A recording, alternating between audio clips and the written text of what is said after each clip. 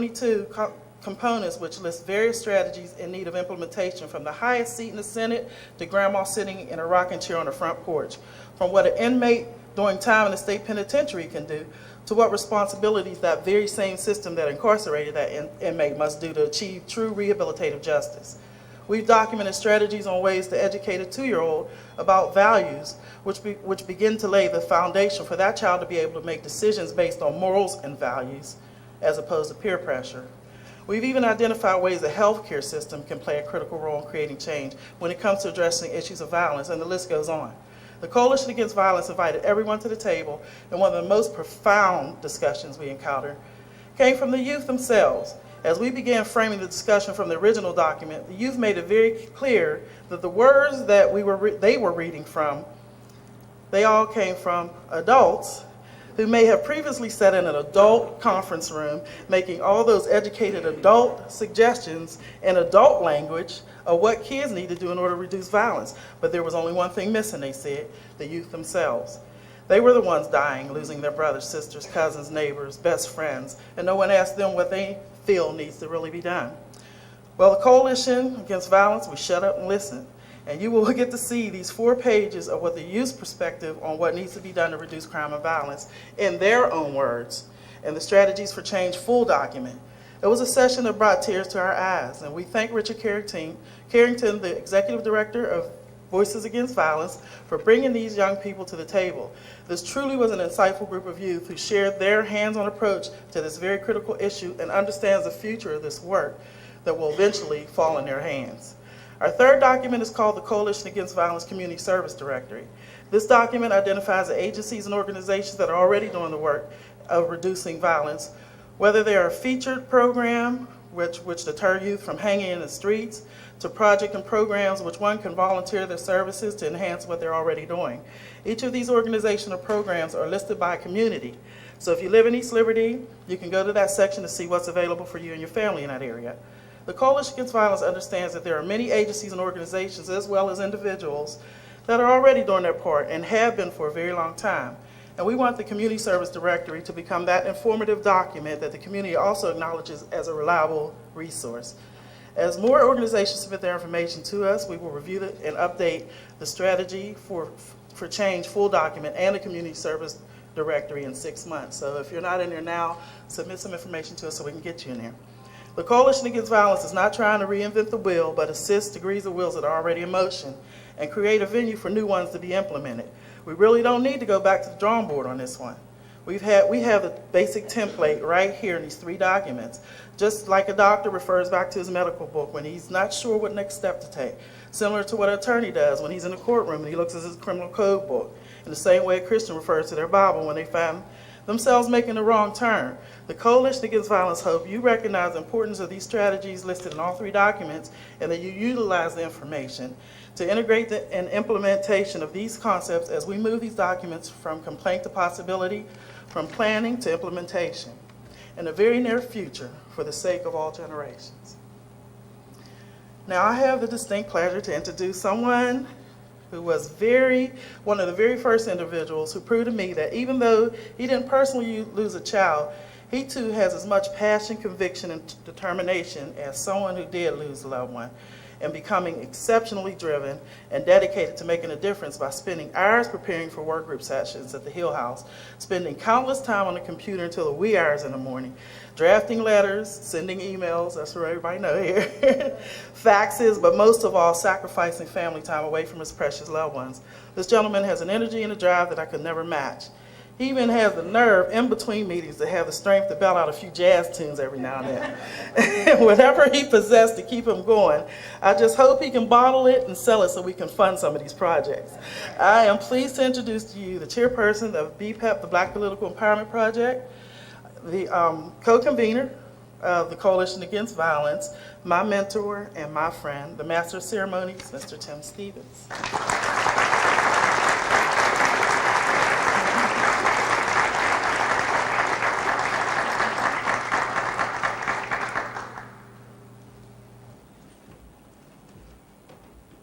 How about a hand for our co-convener of the coalition, Valerie Dixon. One of the blessings of the work that we've done is we formed some long-lasting friendships, built some solid bridges that will forever make change in the city, this county, in this region. Valerie represents what could be and should be. In the midst of tragedy, she said, "I will not just sit home and cry tears, but I will create change." And those tears still continue because we talk. But because of her strength and the folks in this room, we will never be the same. That's what we represent tonight. That's what we represent tonight. One of the teachers who was impacted by our initial document, the document called A Community Manifesto on the Role of the Family, not only was impacted in reading the document, she became a part of the change. Ladies and gentlemen, Marie Anderson, teacher, City Charter High School, Coalition Against Violence member.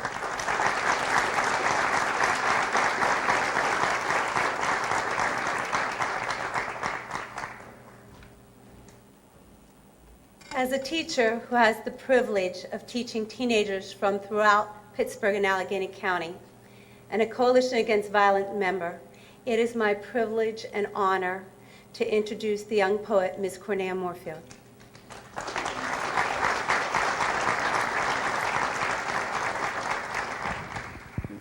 Hello, I'm Cornea Moorfield. I'm going to be presenting a poem called Dear Brother.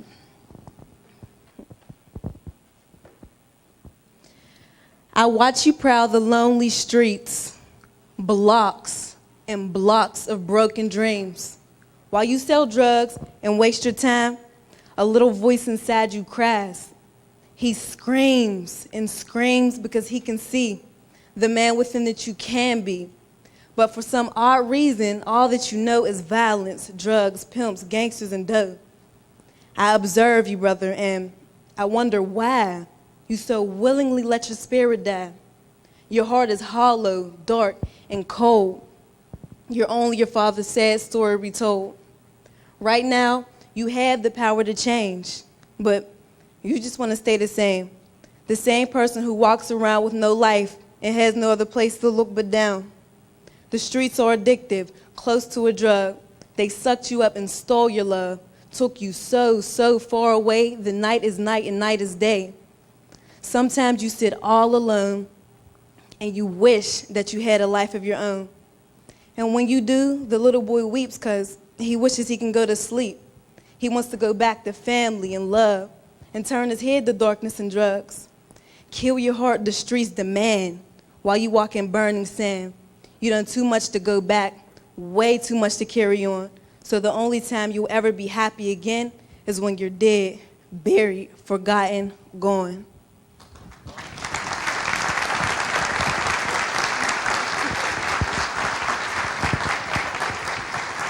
That's the kind of young people that we see. Come on. Cornea Moorfield. That's the kind of black youth we want to see representing metropolitan Pittsburgh. Give it up.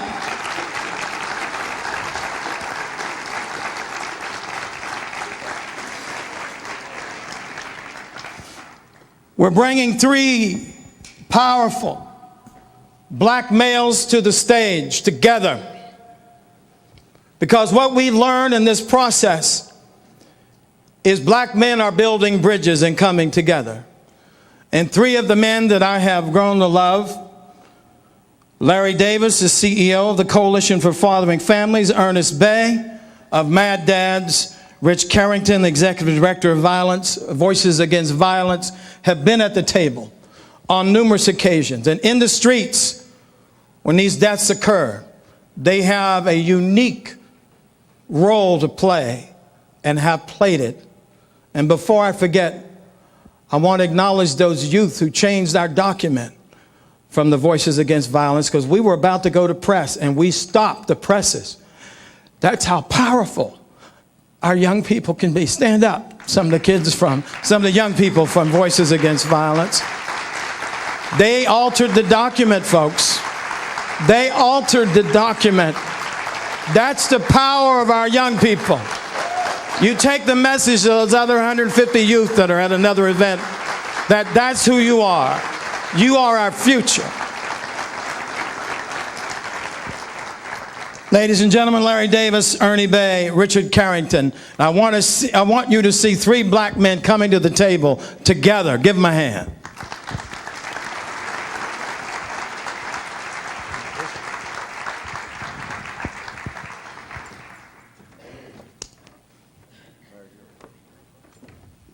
How's everyone doing today?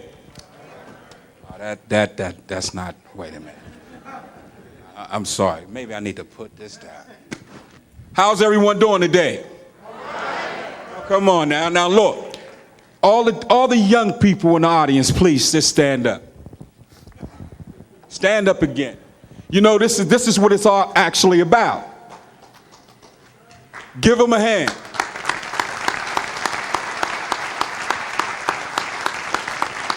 You see, when you look at these young people, and this young lady that just read this poem, that was out of sight. Give her another hand.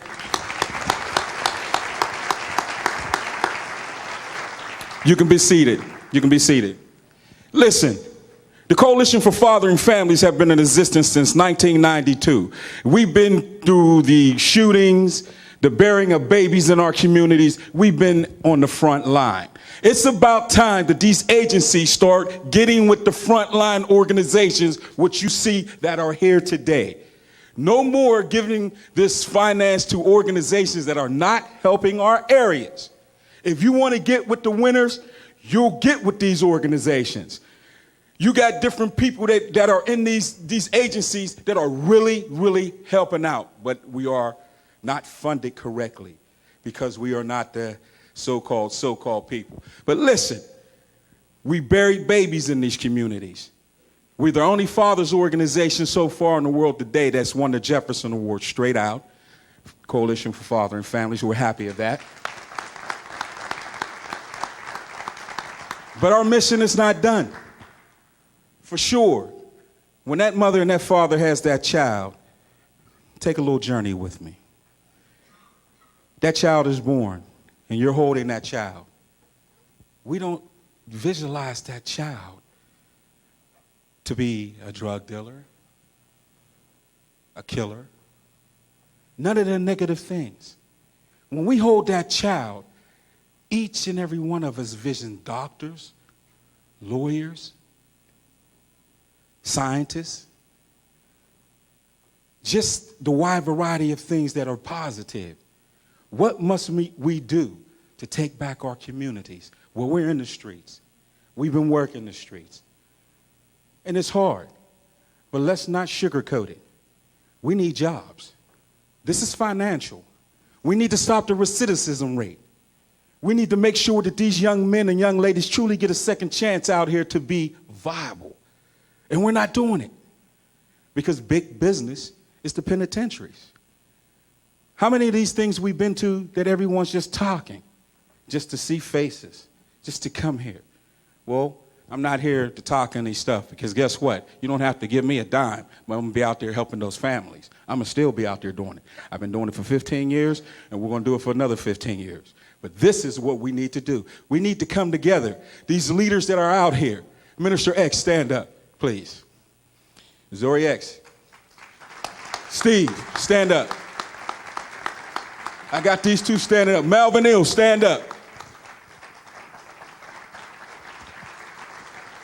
Mr. Robert Clanigan. Everyone in One Vision, One Life, stand up.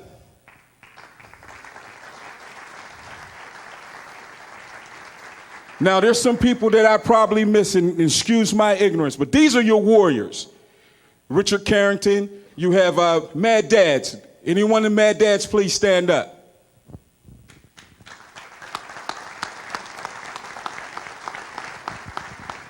These are the people that the providers need to be looking at because these are the people that are doing the necessary work in the communities. No more should we have a GED program in Homewood when it's not necessary. It shouldn't be there. We should invest